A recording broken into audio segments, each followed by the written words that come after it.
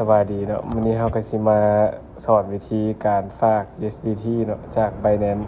เข้าสู่แพลตฟอร์ม O Smart เนาะมีแต่ตอนนี้ขั้นตอนแรกกดเข้ามาในแอป Binance ของเราเนาะสำหรับใครที่ Verify ตัวเองเรียบร้อยแล้วก็มีแต่ใช้เมลของตัวเองเนาะล็อกอินเข้าไปในเซิร์ฟเวอร์ของ Binance โอเคเนาะหลังจากนั้นให้กดเบิ่งอยู่บนสินทรัพย์ของเขาเนาะตอนนี้เขาสิฝากเข้าไป100กับ1 USDT เนาะ0.89 USDT ซึ่งว่าตอนนี้เนาะเขาก็ออกจากแอป Binance เข้าไปในแพลตฟอร์ม O Smart เนาะแล้วก็เบิ่งอยู่บน Fund Management ให้เขา Copy เอาลิงก์ตามเหรียญที่เขาสิฝากเข้าไปเนาะ Network ก็จะเป็น BSC สำหรับ USDT เนาะแล้วกด Copy ตัวนี้เนาะแล้วก็ไปที่แอป Binance กดบอลถอนเนาะที่อยู่ข้างๆบอลฝากเนาะแล้วก็หลังจากนั้นให้เลือกอันที่2แล้วก็กดใส่เหรียญ USDT ตัวที่1เนาะแล้วก็บอลทบิตเมนให้วางบอลที่เรา Copy ลงไปเนาะแล้วบอลที่2เลือกเครือข่ายก็จะเป็น BNB Smart Chain เว็บซาวซึ่งตัว USDT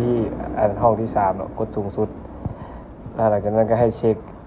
TU address ดีๆเนาะเพราะกรณีที่ใช้ TU address ผิดก็เงินเขาอาจจะสูญหายได้หลังจากที่มั่นใจว่าตัวเลข TU กงกับที่อยู่ในพอร์ตของ O Smart แล้วแม่นกดถอนแล้วหลังจากนั้นก็ให้กดเบิ่งแล้วกดยืนยันเนาะโอเคอันนี้ก็จะเป็นการยั่งยืน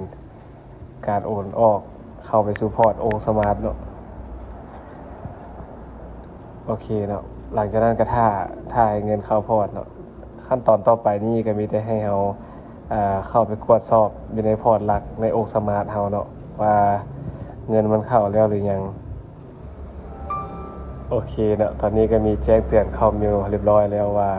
การโอนสำเร็จเนาะก็ขั้นตอนนี้ก็มีแต่ให้เราปัดหน้าแอปตัวนี้ออกหลังจากนั้นก็กดเข้าไปในแอป O Smart เนาะแล้วก็ go to platform ไปที่3จ้ำถึงสุดเนาะเช็คหน้า asset profile เนาะถือว่าเงินได้เข้าบัญชีเรียบร้อยเนาะโอเคเนาะหลังจากนั้นให้ไป3จ้ำถึงสุดซ้ายมือเนาะแล้วก็เข้ามาหน้า open deposit อันที่3เนาะหลังจากนั้นก็ให้เลือกแพ็กเกจที่จะ active เนาะตัวนี้ก็จะเปลี่ยนเป็น O Crypto Mini เนาะพอ O Crypto 1เป็น500ขึ้นไป O Crypto Mini แล้วก็หลังจากนั้นตัวนี้ก็เปลี่ยนสกุลเหรียญเป็น USDT เนาะกดแล้วหลังจากนั้นก็กดท่อที่อยู่มุมสุดเนาะมุมขวาโอเคหลังจากกดแล้วก็กด One Open Deposit เนาะตัวสีเขียวตัวนี้เพิ่นก็ใช้เบิ่งเนาะ Expect Profit เฮาก็อยู่ที่ 8.55% ต่อเดือน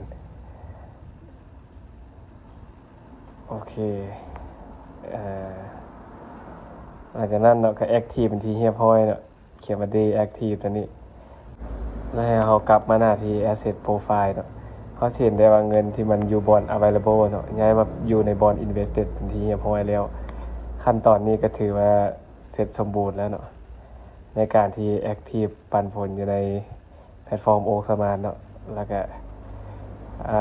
เราจะเห็นได้ในแต่ละมื้อเนาะว่าปันผลมันจะบ่ซ้ำกันคือว่าจบเพียงเท่านี้ค่อนข้างสะดวก